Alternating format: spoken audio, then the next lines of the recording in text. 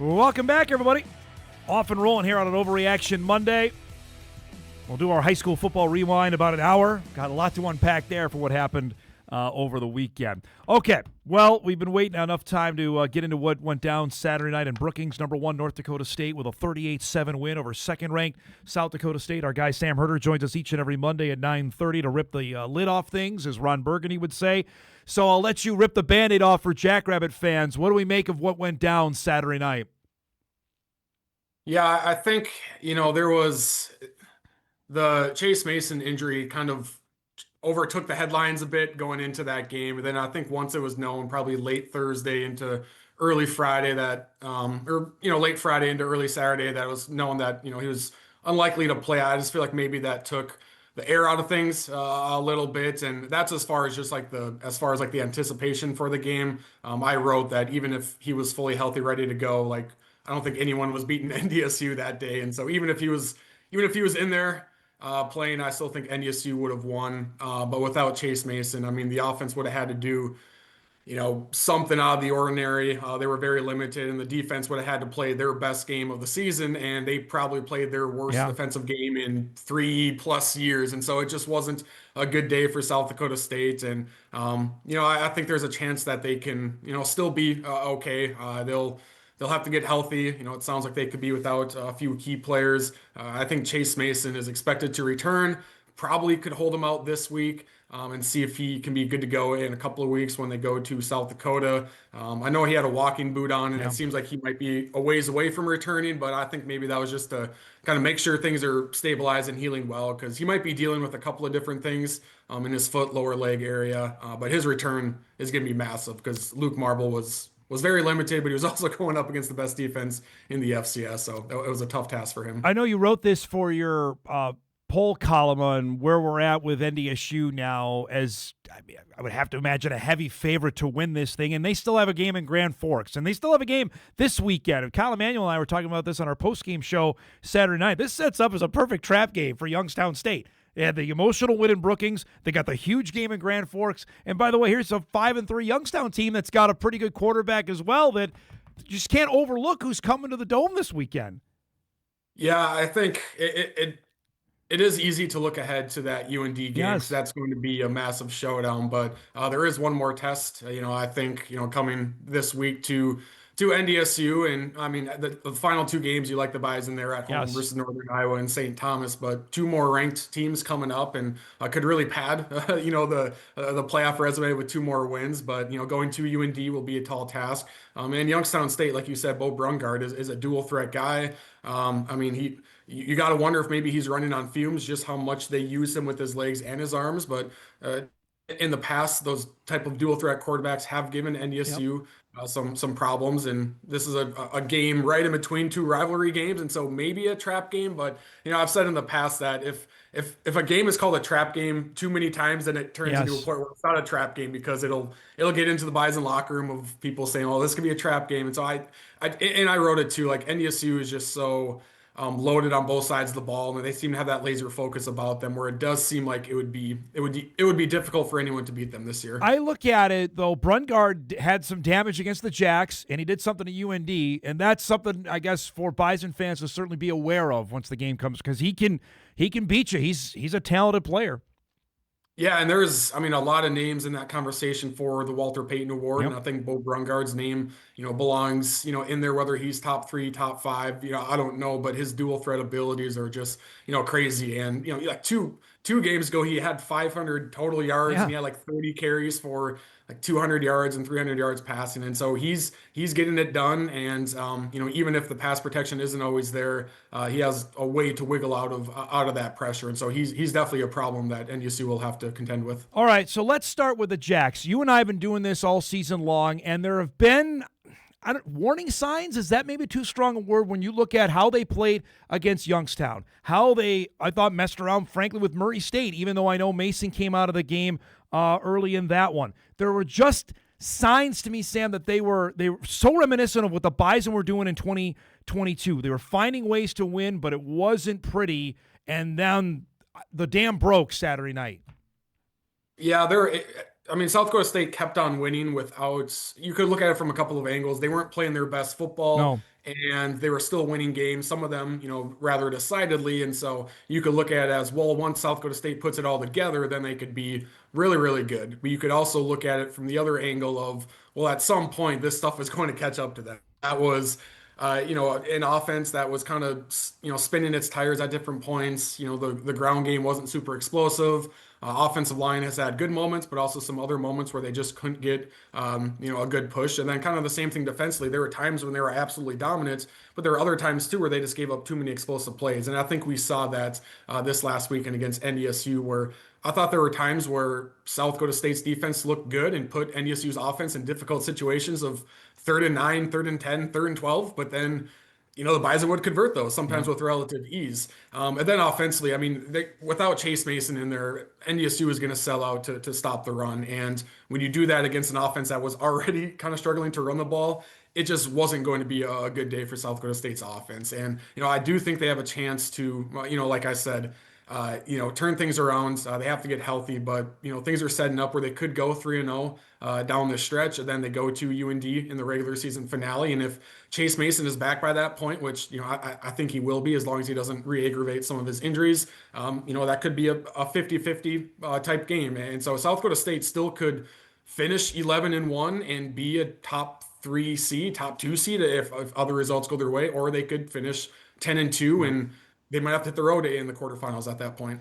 Yeah, to me on the Drake game, we talked about that too. That was a game they didn't hammer. Drake isn't one of the best teams of the Pioneer Football League this season. Just there were too many, at least to me, signs that something was not just humming along like they had been in the past. To your point on what they have the rest of the way, Illinois State is in there too, and I know they haven't beaten the Jacksons 6 years, but Illinois State's, I don't know. Some nights they're great, other nights they get their doors blown off. So who knows what to expect there, but it's not just a simple stamp it here, because the game in Vermilion too is weird. We remember a few years ago they had the Vermiracle down there. There's just some things that you're very well true. They could go 11-1, or they could be 9-3. We're having a whole different discussion when we get to Selection Sunday. Yeah, a lot of that is dependent on, whether Chase Mason, or not whether, but when he comes back. Because if he's still sitting out when they go to South Dakota, I mean, Well, that could be a 14-7 ball game right there with how the offenses have and they're looked. also without Lofton Ogroski got hurt in the game. He caught that touchdown pass. He didn't come back in the game. Chase Vantoya, who's their best linebacker, got hurt. So it's not just Mason. There's other guys that got dinged up that they're going to, who knows when they're going to get back. Yeah, and those are, you could argue, three of their Yes. most important players. Because I think Chase Mantola is probably their most talented defensive player. And then, Chase Mason, quarterback, that kind of speaks for itself. And, Lofton Ogroski is their playmaker at wide receiver. They have had some other guys step up and make plays in other games. We obviously didn't see that this last weekend against NDSU. And coming into this year, I think depth was the concern for South Dakota State because, the reason I had them highly ranked because you looked at, you project what their starting lineup would be and you go, okay, they actually have a decent nucleus coming back and they brought in some nice transfers. And so they could have a really good season, but if they get beat up, like what do their linebackers 4, 5, 6 look like? And what does their wide receiver room look like? And once injuries start to pile up, Yeah. then that's when your concern hits, especially when you have the roster turnover that they've had. I think now is the concern of, okay, what is this depth going to look like down the stretch here? All right, so now let's focus on the Bison side of things here. With this win and how impressive it was, what do we look at now for where North Dakota State could go from here? Yeah, I mean, I think we're at a point just with this performance, and I wrote it too, and I said it earlier that even if Chase Mason was good to go, I still think NDSU would have won, and I picked NDSU to win by 10 last week, and at that point, I thought Chase Mason, was going to play, and so they just look full steam ahead, and I think it is at a point where it is NDSU versus the field, and I think we kind of felt that way after. NDSU dominated, a team like Southern Illinois in the second half where it kind of started to trend that way, but it was also like, well, they have to go to South Dakota State. They have to go to UND. So we'll see what happens there. And just with how NDSU's offense, dominated South Dakota State's defense, it's going to be really difficult to see a team knocking off NDSU. And I've, seen comments from other fan bases too, including Montana and Montana State, which are two passionate fan bases and confident fan bases. A lot of them are saying like, nothing matters. We're all playing for second place. Like, and they're probably right, but that's like, it's not ideal for the FCS to No. be in that situation because it's never going to be a wide open field in the FCS where there's 8 teams good enough to win the national championship. But you would hope there would be 3, 4, maybe 5 teams in the best case scenario that are good enough. For it to be one team versus the field isn't ideal. But I mean, if we're just being realistic here, like NDSU just does look that much better than everyone else. So you made it to the end. I did not, of the Montana-Sac State game, which again looked like two teams that were just messing around on Friday night. We had some special teams mishaps, and Montana's got some elite offensive talent. Eli Gilman, obviously, we know how good he is. Michael Worth, we saw him play at Eastern Washington at U.S. Bank Stadium, and he was the best player on the field for the Eagles that day. Has become a real threat for the Grizz now. It's going to come down to this, and I talked about at the top of the show, and this will lead into a bracketology conversation because we're almost November, so we can do that now. If Montana ends up running the table, Tarleton does as well, and the Bison get tripped up, who is left out of the dance of the 1 and 2 seed in that scenario in your mind?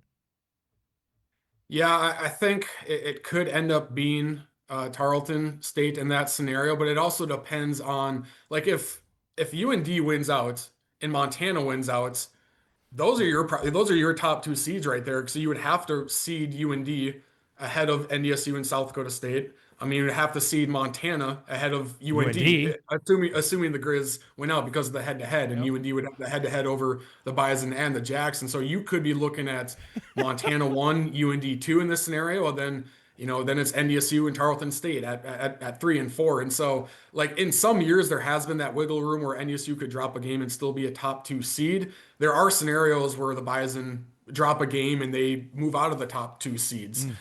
Or like NDSU could lose to UND and then South Dakota State beats UND and you're kind of in that circular firing squad like we saw last year. So Yep. there's a lot of different scenarios that could play out.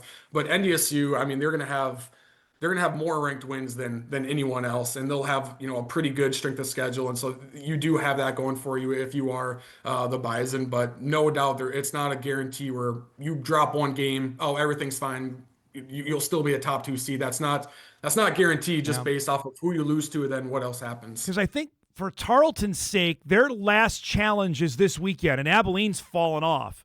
That they get through that, they're going undefeated. They'll be 12-0 with an FBS win. They have to be at least 2 in the worst case scenario, right?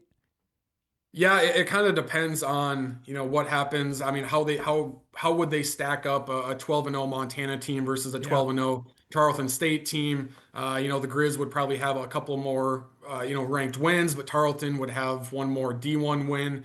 I think this weekend could be an interesting game because Abilene Christian, in my opinion, has to win out. I agree. To keep their playoff hopes alive, and it's a home game for Abilene Christian. They had a bye week this last weekend. I believe it's homecoming for ACU, and so I mean this could be, like you said, or probably is the best remaining contest for Tarleton State, and they still have to play Austin Peay, who's also currently ranked. But yeah, if the Texans do go 12-0, I mean they'll have a couple of ranked wins. In FBS win, and their strength of schedule is pretty good. Just looking ahead at their projected year-end strength of schedule, it's 29th in the FCS. Okay.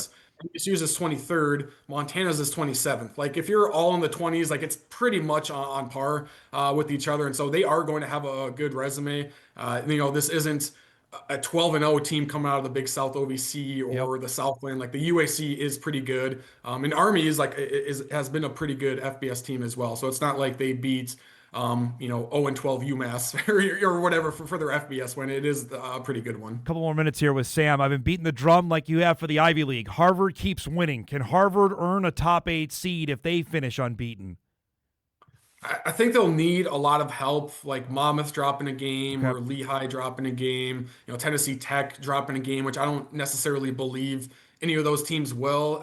Monmouth has been without Derek Robertson, their All-American quarterback, with a left shoulder injury, so that's something to keep an eye on. But Harvard, if they do finish 10-0, I mean that's 2 or 1 less Division I win than everyone else.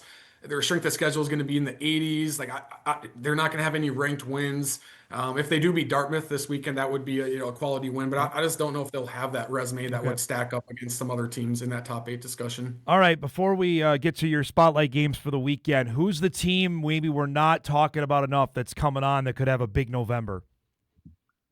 I think UC Davis. They're quietly sitting pretty good. Right now they're undefeated versus the FCS. They're getting really good quarterback play out of Caden Pinnick, who's just a redshirt freshman. He did sit out this last weekend. I believe it was just a sickness matter, but their backup came in and played just fine. And they should have an opportunity to finish 9-1 versus the FCS. The one loss is probably going to be at Bozeman, but they have a nice strength of schedule in the top 10. So I think UC Davis could make some noise. And when they do play Montana State, that's a week before the Brawl of the Wild. Right. And so that's always kind of a tricky, quote unquote trap game for Montana State. So I do feel like UC Davis is built to maybe make some noise. I'll just go back to that game with Mercer that didn't count, how big that could be for them if they were able to win it, or if Mercer was able to get it. Each of them said, boy, that would be a huge win for our resume.